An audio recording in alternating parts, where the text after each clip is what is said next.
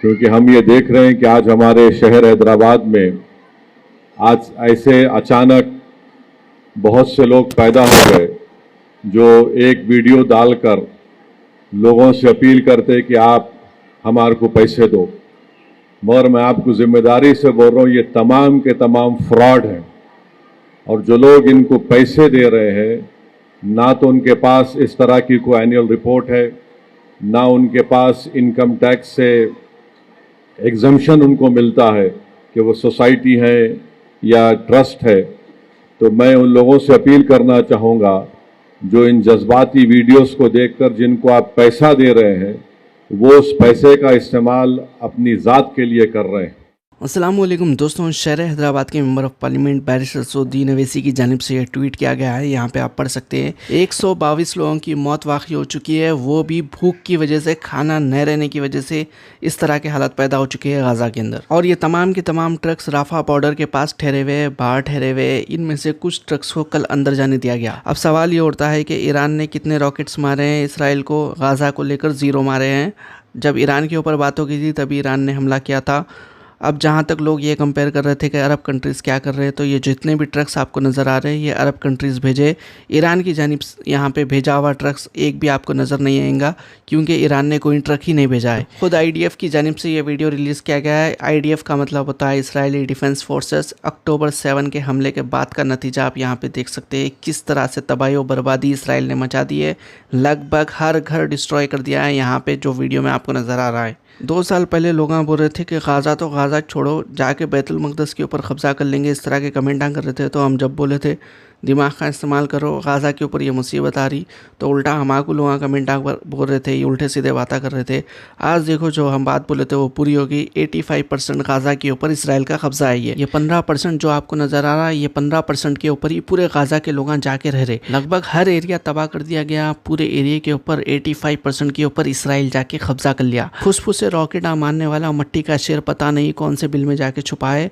मर तो हमारे आम लोग मुसलमान रहे हैं। तुम लोगों को इन लोगों की तकलीफ नजर नहीं आ रही तो क्या हो रहा, हमारे तकलीफ नजर आ रही। ये हमारे भाई बहन है, तुम्हारे नहीं होते तो क्या हुआ। अभी कुछ देर पहले भी बैरिस्टर अवैसी की जानिब से और एक ट्वीट को रीट्वीट किया गया है। बच्चों के लिए, लोगों के लिए तो खाना तो दूर की बात है, जो नर्सेस है देखभाल करने के लिए, उनके लिए भी खाना नहीं है। अब तमाम लोगों से सवाल है कि क्या सिर्फ खाना खुश कर लेते या फिर ग्राउंड रियलिटी भी देखते कि कौन ट्रक्स भेज रहे, कौन वहाँ पे लोगों की मदद कर रहे, कौन एक्चुअली वहाँ के लोगों को डिफेंड करने के लिए कोशिश कर रहे, या फिर वो लोग जो इन लोगों को मुसीबत में डाल के भाग गए वो लोग सही हैं। अब देखिए 90% तो अपनी पब्लिक समझ जाती है, लेकिन 10% बेवकूफ़ों को तो अपन जाके समझा नहीं सकते। कल जब ये ट्रक्स छोड़े गए उसके बाद की हालात आप देख के हैरान हो जाएंगे, किस तरह का ख़तरनाक सिचुएशन वहाँ पे पैदा हो गई थी। यहाँ पर अब मैं आपको वीडियोस तक वहाँ के नहीं बता सकता, इतने ख़तरनाक वीडियोस निकल के सामने आ रहे हैं। छोटे छोटे बच्चे भूख से अपनी जान दे रहे हैं, एक दूसरे के ऊपर चढ़ के खाना खींचने की कोशिश कर रहे हैं। वो हराम का खाने वाले किधर है जो हमला करके इन लोगों को मुसीबत में डाल के भाग गए। तो कभी भी कोई भी खुद को मैं बहुत बड़ा धारकारी हूँ बोल के आपको बताने की कोशिश कर रहा हूँ, और देखिए जज्बाती कर रहा, इमोशनल बातें कर रहा, अपन ये कर देंगे, अपन वो कर देंगे, नारे तकबीर बोल के चिल्ला रहा, तो उसके बातों में आने की ज़रूरत नहीं है। आपको बेखूब बना के वो शख्स इस तरह की मुसीबत में डाल सकता है। दीन इस्लाम अमन का मजहब है, कभी भी जंग की शुरुआत मुसलमान नहीं करते। और बिल्कुल भी बोलने का मतलब ये नहीं है कि खाना भेज रहे तो अरब कंट्रीज सही हो जाते।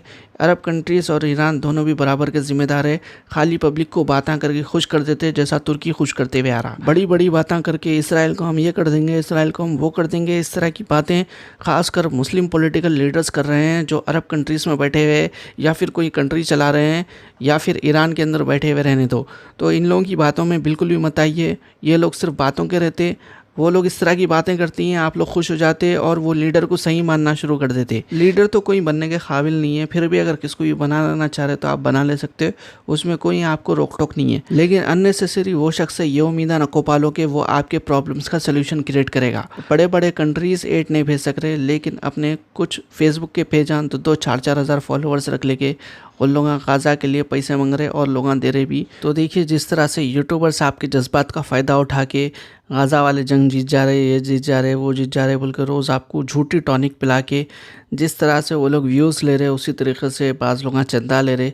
तो तमाम लोगों से होशियार हो जाइए भाई, मेरा कुछ भी लेना देना नहीं है, मैं आप लोगों को सच बताया तो मेरे को कुछ मिलने वाला नहीं है। और ये गाज़ा से रिलेटेड वीडियोस मैं खुद भी नहीं डाल रहा हूँ, लोग जो है समझने की कोशिश नहीं कर रहे बोल के। अब देखिए गाज़ा से रिलेटेड वीडियो नहीं डाला तो क्या दूसरे वीडियोस नहीं डाल रहा हूँ। अल्हम्दुलिल्लाह रोज़ दुनिया के टॉपिक्स आते रहते, लेकिन ये टॉपिक के ऊपर आप लोगों को बताना इसीलिए ज़रूरी है कि आप लोग बेवकूफ़ बन के किसी की बातों में नहीं आ जाना। हमारे सब्सक्राइबर है, हम आपकी केयर करते समझते इसके वास्ते बोलते। अब देखिए हर मुस्लिम कंट्री अपना इन्फ्लुएंस बनाना चाहती है वर्ल्ड वाइड, तो वो लोग क्या करते हैं, उनके आईटी सेल प्रोपेगेंडा चलाने के वास्ते उनके एजेंटों के ज़रिए से वो कंट्रीज़ की तारीफ़ करवाते। तो ये चीज़ें आप लोगों को समझने की ज़रूरत है। आपको लगता है सच में अगर मुसलमान कंट्रीज सही रहते तो ये 85% के ऊपर इसराइल कब्ज़ा कर सकता था? लेकिन इसराइल 85% गाज़ा के ऊपर कब्ज़ा कर लिया। इसका मतलब ये है कि कोई भी सही नहीं है। तो सवाल ये उठता है कि तवक्कल फिर किसके ऊपर करना। तो देखिए एक चीज़ जो आप भूल गए किसके ऊपर करना तवक्कल, वो है अल्लाह के ऊपर। अल्लाह के ऊपर तवक्कल करिए। यकीनन ज़बान से बोलते थे होंगे, लेकिन दिल से भी करिए। अब देखिए अल्लाह पे तवक्कल रखने वालों को किस तरह से कामयाबी मिलती है। एक शख्स इजिप्ट के अंदर मौजूद है, उन्हें क्या करा, अल्लाह के ऊपर तवक्कल रखते हुए पानी के अंदर जो खाने पीने का सामान है बॉटल्स में डाल के जो है सो फेंका। कहाँ पे? ये समंदर में फेंका। ये समंदर है, बड़े बड़े कंट्रीज हेल्प नहीं कर सक रहे, लेकिन ये शख्स अपनी खुद से कोशिश करा, थोड़ी सी हवा रखा उसके अंदर ताकि डूबे ना, बॉटल्स भरे हुए इस तरह से फेंकता गया। अब देखिए इसकी कोशिश ये थी कि जो गाज़ा के लोग हैं, वो लोग जो भूखे मर रहे हैं, वो लोग को थोड़ा सा आराम मिल जाए। इसके पास जो बॉटल्स है, हो सकता है ये उम्मीद में फेंकता रहा कि वो गाज़ा के लोगों तक पहुंच जाए। अब ये मिले या नहीं मिले, इसका देखिए तमाम अपडेट आपको देते हैं। पहले ये वीडियो देख लीजिए।